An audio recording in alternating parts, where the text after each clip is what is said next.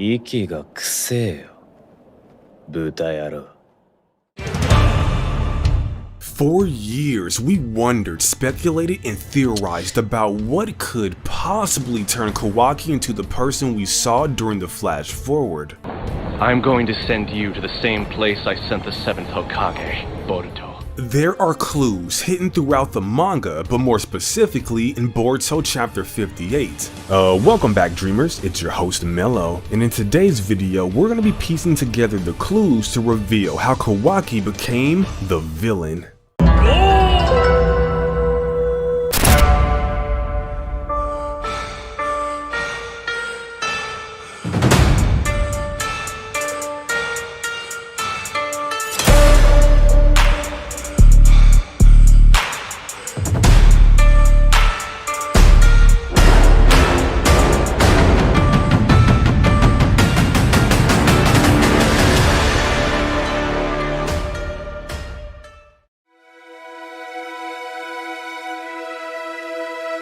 Kawaki is a character who's driven by fear. Fear is at the heart of nearly every choice that he's made in the past and will make in the future. 延々と続く地獄のような日々の中で生きた心地なんてしなかった。 Kawaki has been abused his entire life. All he knows is pain and suffering. 俺に触るな! He suffered at the hands of his father, who sold him to a man who physically and mentally abused him as well.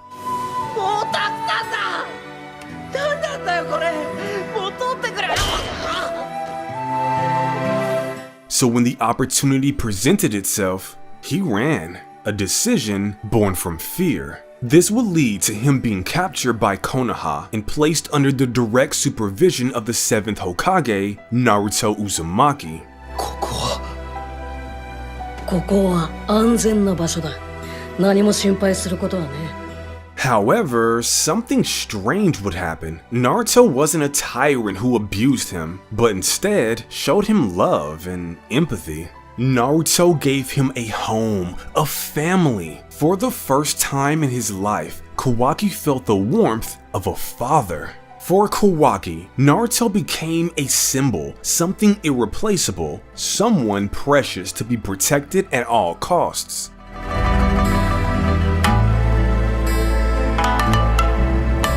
But because of his presence in Konoha, Ishiki attacked Naruto, and because of this attack, Kurama died. Naruto lost the power to defend himself. The symbol is more vulnerable than ever.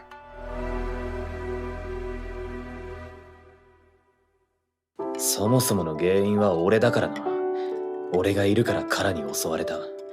守ってくれたのはあんたの方だ。 To Kawaki, this was his fault, so he takes responsibility. He makes a decision born from the fear of losing his newfound family. He will protect Naruto, but in order to do that, he must have power.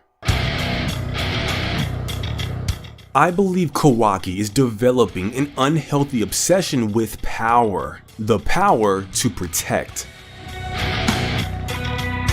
He blames himself for what happened to Naruto specifically and wants to take responsibility. Much like Sasuke, who became obsessed with gaining power to achieve his goals, Kawaki is walking down a similar path. Not the path of the Avenger, but rather the path of the Protector, and although that may seem like a noble and righteous path to walk, obsessing over anything, even a good thing, can be extremely unhealthy. I believe the fear of losing his newfound family will cause Kawaki to develop an obsession with gaining the power to protect them. And through his desire to protect, he will make choices that will lead him down a dark path. We see in Boruto chapter 58 that Kawaki views traditional shinobi training as inefficient. This is an important point because it illustrates his disconnect with shinobi culture and traditions. In Boruto chapter 58, there is a scene where Kawaki attempts to use his karma in order to absorb an attack from Boruto, even though he no longer possesses one. Despite his disgust for the karma seal and everything it represents, Kawaki still views it as pure pure power, which is what he desperately desires. I believe Kawaki will attempt to regain Karma's power and advance through technological means instead of traditional shinobi means. This decision will be in direct opposition to Boruto's beliefs, resulting in an ideological clash. I believe Kawaki will want to gain power by any means and protect his new family by any means, even if the power he gains destroys him or the means in which he protects his family goes against what they desire. In chapter 58, we also see that Kawaki doesn't work well with others. I believe that he will put everything on himself. He will become a dictator in a sense, ignoring the advice and perspectives of everyone around him. It's not what you do, it's how you go about doing it. His intentions will start out good, but over time, I believe he will impose his will onto others, removing their agency, their ability to freely choose.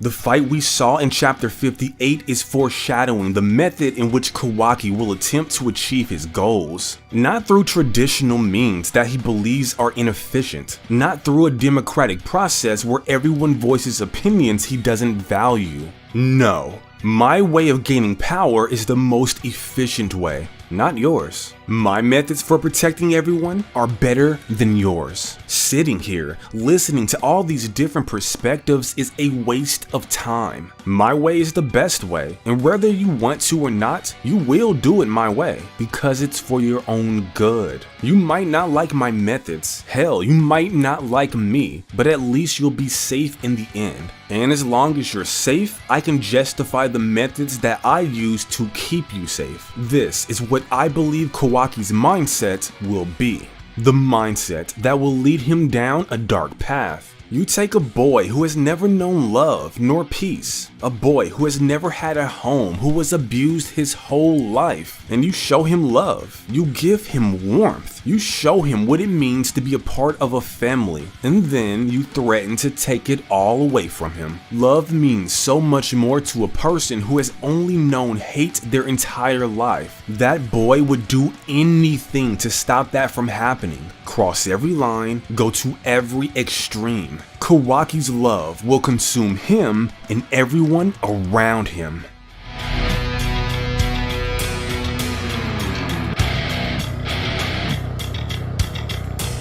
Let me know what you think in the comments below. Don't forget to subscribe and rate the video. Hit that bell icon for notifications. As always, dreamers, I'm your host Mello signing out. I'll catch you on the next one. Remember, never stop dreaming.